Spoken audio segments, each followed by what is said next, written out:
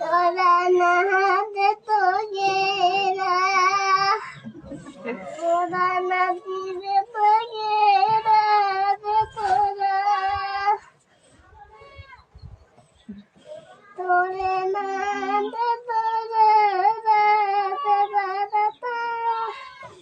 তোরা না বাবু তোরা বাপু বানানা পা বড় বাপু ধান কাটলে ক্ষমা দিয়ে ফোনালে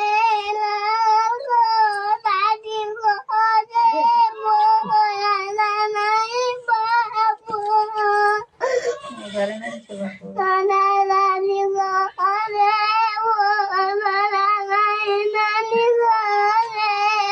कमाल है यार, कैसे कैसे लोग रहते हैं यार यहाँ पर।